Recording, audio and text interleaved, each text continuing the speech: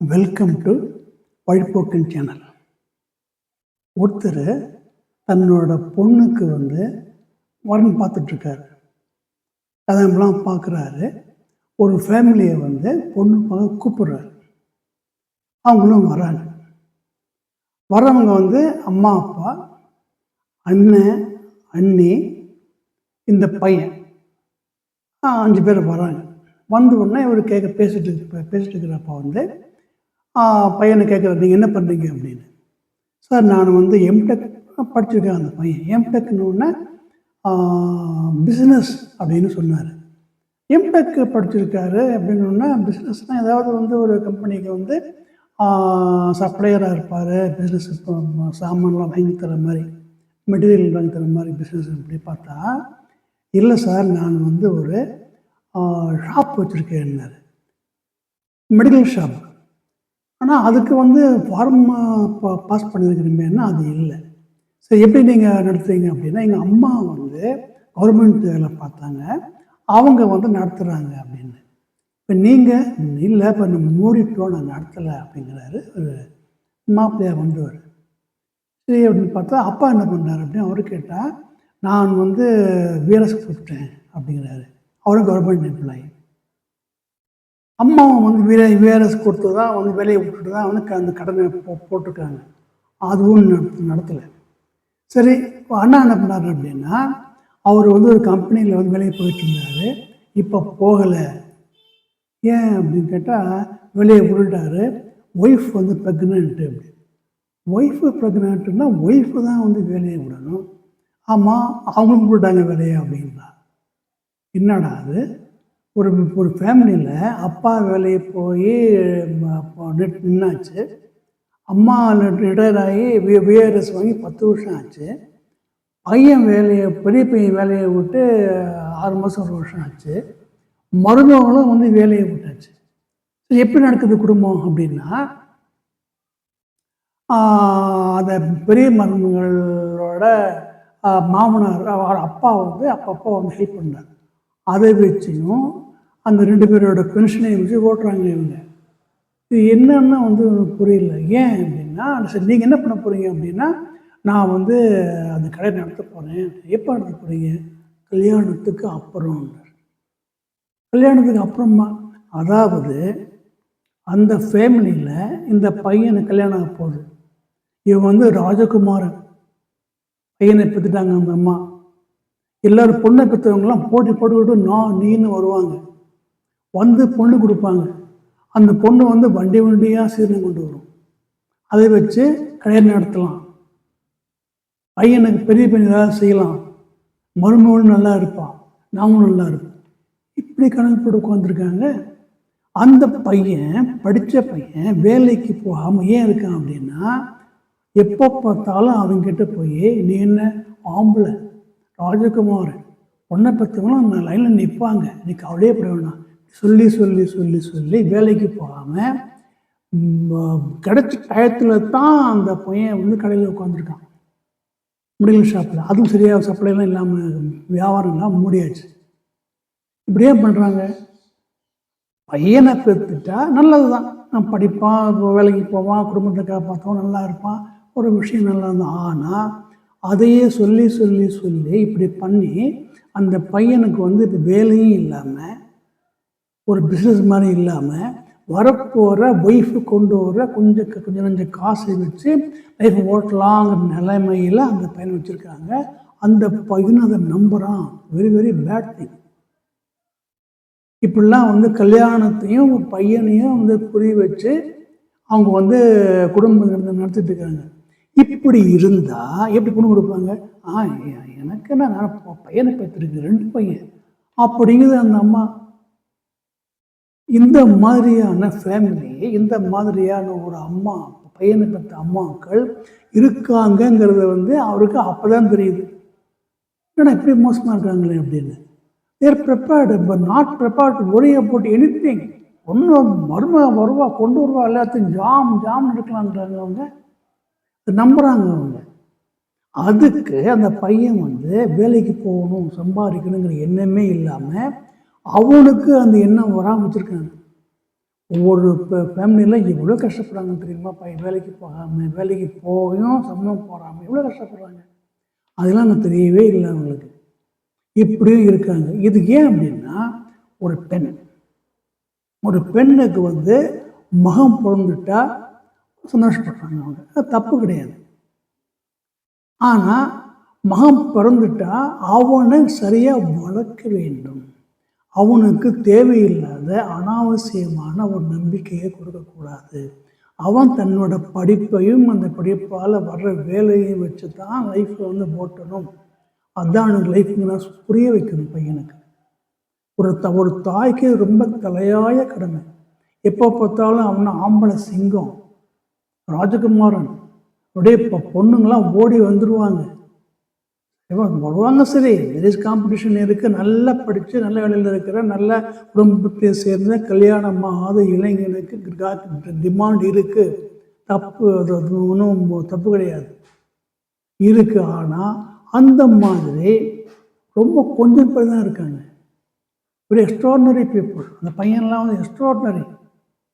அதெல்லாம் வந்து இப்போ 10% கூட கிடையாது. மிச்சம் எல்லாரும் ஸ்ட்ரகிள் தான்.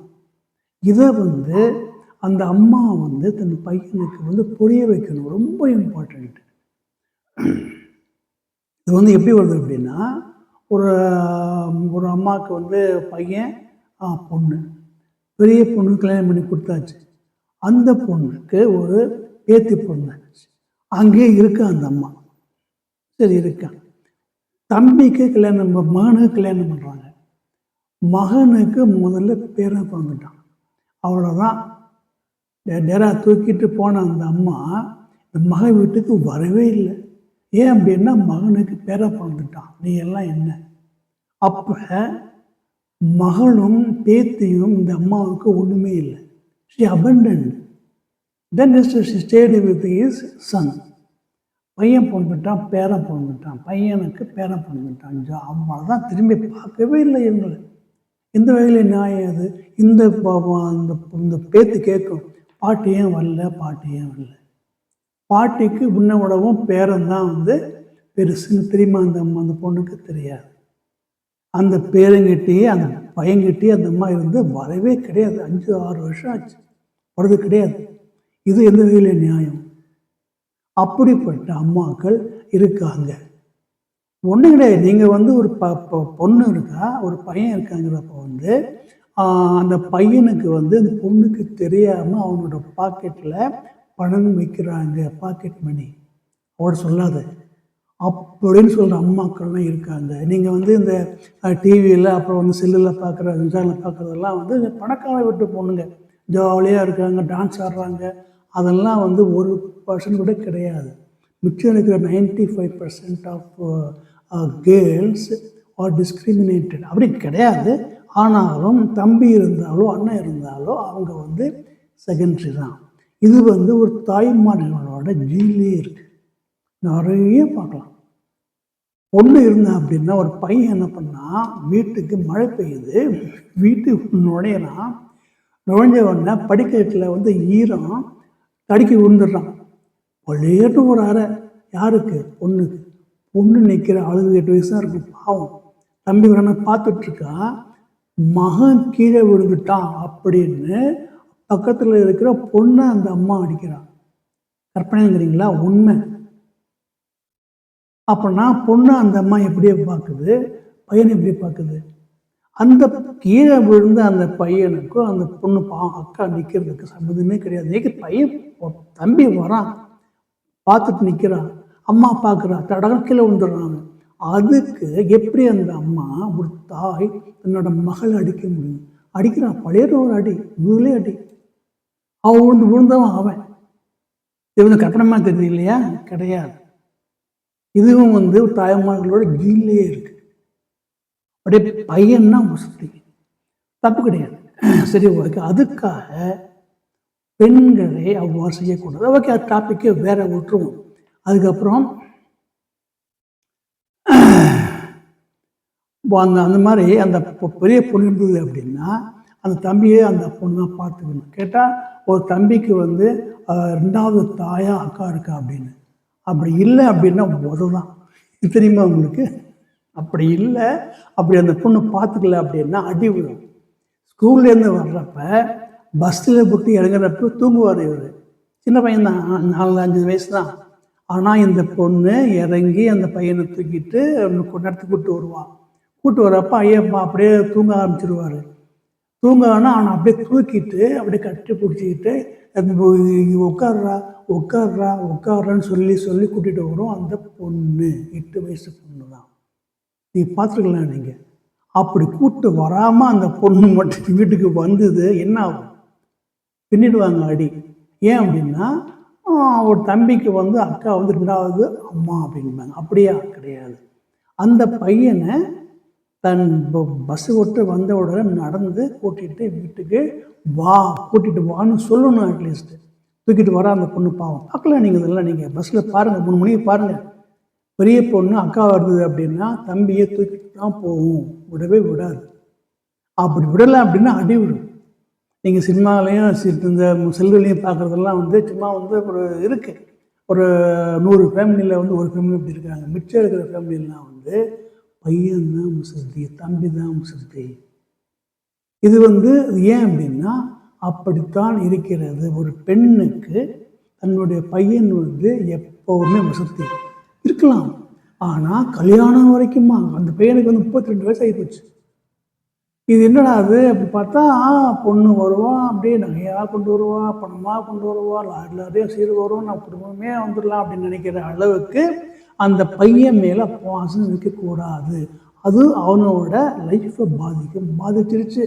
இந்த பையன் வேலைக்கும் போக கிடையாது, பிஸ்னஸுக்கும் நான் கிடையாது. இப்படிலாம் இருக்காங்க.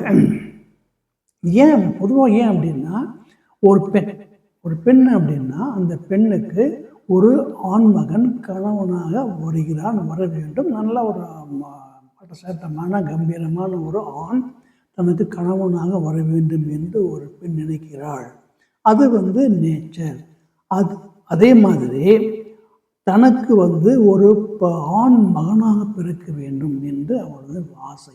இது வந்து மறுக்க முடியாத உண்மை.